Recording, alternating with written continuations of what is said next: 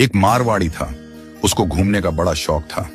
अब वो घूमते घूमते एक ऐसे राज्य में चला गया जहां पर क्या था, हर 5 साल में राजा चुना जाता था, पर चुनाव का तरीका अनोखा था। एक हाथी आता सूंड में माला लेकर और सबके बीच घूमता था। जिसके गले में वो माला डाल देता वही राजा बनता था। अब क्या हुआ, हाथी आया माला लेकर, थोड़ी देर इधर उधर देखा और जाकर माला इस मारवाड़ी के गले में डाल दी। मारवाड़ी हैरान, अरे भाई, मैं तो घूमने वाला आदमी हूं, ये कहां फंसा दिया।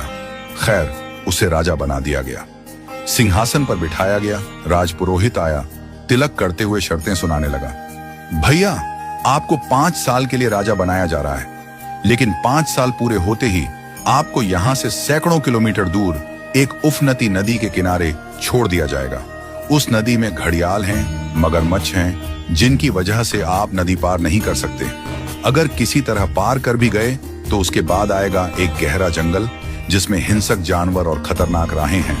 वहां आप जानो और आपकी किस्मत। अब तक जो भी राजा बना था उसे मालूम था कि 5 साल बाद मरना तय है, तो वह 5 साल बस ऐश करता था, भोग विलास, मजा, तामझाम।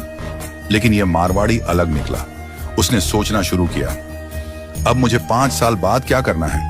राज्य की जो भी आमदनी आती थी उसमें से 51% जनता की भलाई में लगाने लगा और बचे हुए 49% से उसने अपने आगे की प्लानिंग की। पहले साल उसने नदी पर एक पुल बनवाया, दूसरे साल उस पार के जंगल को साफ करवाया, खेती के लायक जमीन बनवाई, तीसरे साल वहां सड़कें बनवाई, लोग वहां बसने लगे, गांव और मोहल्ले बनने लगे। चौथे साल एक छोटा सा महल बनवाया जहां वह आगे जाकर रह सके। 5वें साल अपने जीवन भर का खर्च, जरूरी चीजें, अनाज, सब कुछ वहां स्टोर करवा दिया। अब 5 साल पूरे हो गए। परंपरा के अनुसार लोग उसे ढोल नगाड़ों के साथ विदा करने आए। लोगों की आंखों में आंसू थे। कहने लगे, ऐसा राजा हमने पहले कभी नहीं देखा।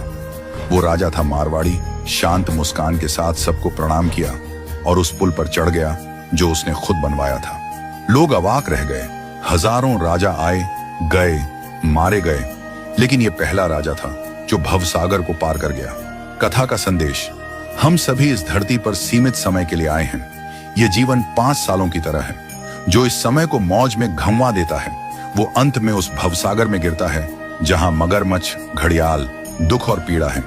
लेकिन जो जीवन का उपयोग अच्छे कर्मों, जनसेवा और प्रार्थना में करता है वो इस जीवन से परे उस पार पहुंच जाता है।